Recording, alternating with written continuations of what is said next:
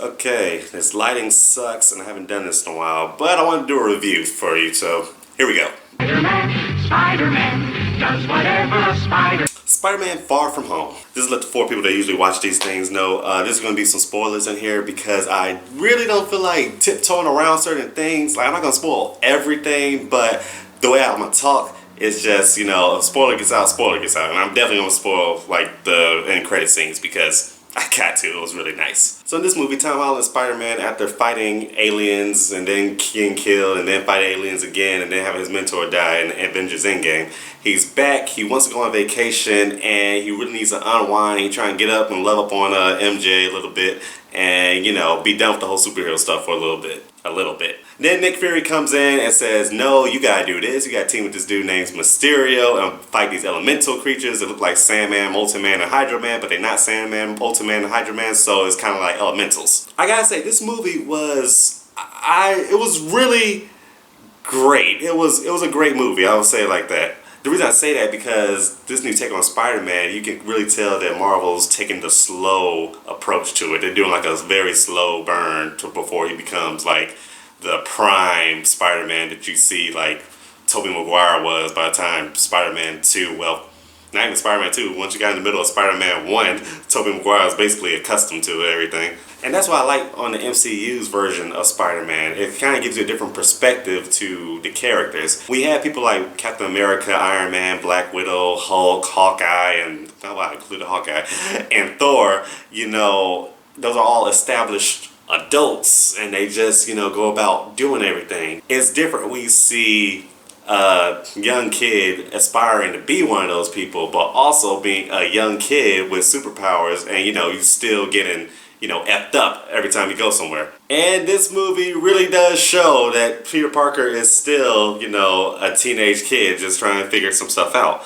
His skills are more tuned in this movie than it was in Spider-Man Homecoming, because Spider-Man Homecoming, he was really just messing up through that entire thing. And when Nick Fury brings Spider-Man into this movie, he really does hold his own a lot better than he did in Homecoming. And the action scenes are actually a lot better than they were in Homecoming. Like, whole like 100 times better than the ones in Homecoming. Jake Gyllenhaal plays Mysterio so well because if you're a Spider-Man fan, you know Mysterio, he ain't up to no good.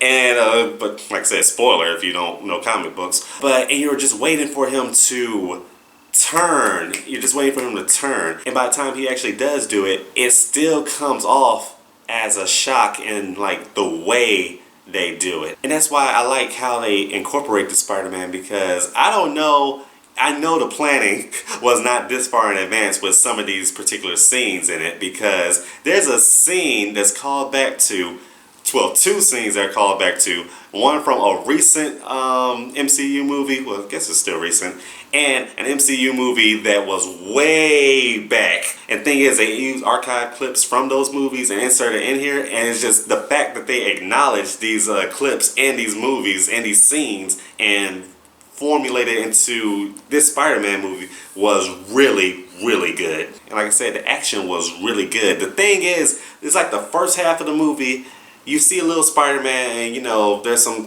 action pieces, but it's kind of like a bunch of characters. It's more jokes and, you know, getting the plot moving with how the characters are. The second half of the movie is that non-stop action. It's like once you get to one set piece, it just rolls after that. The movie is just constantly gonna go for its entire second half. And then the post-credit scene, I thoroughly enjoyed the post-credit scene because I saw online how it was like one of the greatest post-credit scenes of all time. It was like beautiful and the best thing ever. And you know, when I went in there watching it, I had my expectations low because people have said that about Marvel movies before. This one was really good. Like I said, spoiler.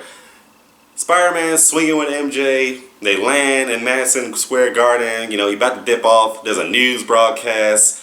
And J. Jonah Jameson, played by J.K. Simmons, is on the screen. Something we thought would never happen in the MCU, and they just went ahead and did it. I guess Kevin Feige was like, F, I can do whatever the hell I want now. And then on top of that, you have J. Jonah Jameson presenting a video that Mysterio doctored before he got beat down in the last fight, admitting to the world that Peter Parker is Spider-Man and that he wanted to execute a whole bunch of people. And that's the post-credit scene, the first one. Now we gotta wait for a whole 2 years for Spider-Man 3 to come out to see what the hell happens. Honestly, the whole time I was watching that post-credit scene, like, I was smiling the whole time. I don't like really get amped up or like just shocked by post-credit scenes, but that one really had me, you know, I was hyped up. It really just makes me wonder, like, what are they going to do for Spider-Man 3? Like, they say they're casting, you know, Green Goblin, going to find somebody to play him, rumored.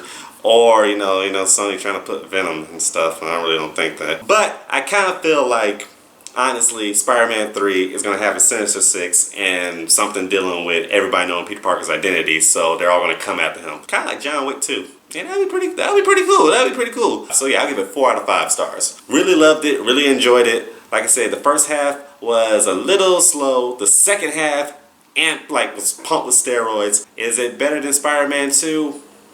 I'm gonna have to see as time goes, because I thought Spider-Man Homecoming was good, but wasn't better than Spider-Man 2. Spider-Man Far From Home, I think it was better than Homecoming, but I don't think it just hit that Spider-Man 2 mark. I think once they get Peter Parker more independent in the MCU, then we'll get that movie where, you know, Spider-Man 2 is kind of knocked down the peg. Is it going to be Spider-Man 3, Spider-Man 4, Spider-Man 5? They're planning like 9 of these, apparently, rumored. But all 4 out of 5. If you're a Spider-Man fan or a fan of the MCU or just a movie watcher, you will enjoy it. And it is a great way to cap off Phase 3.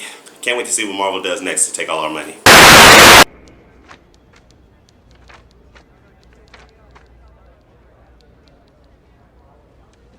They're crap. Crap, mega crap. I'll give you $200 for all of them.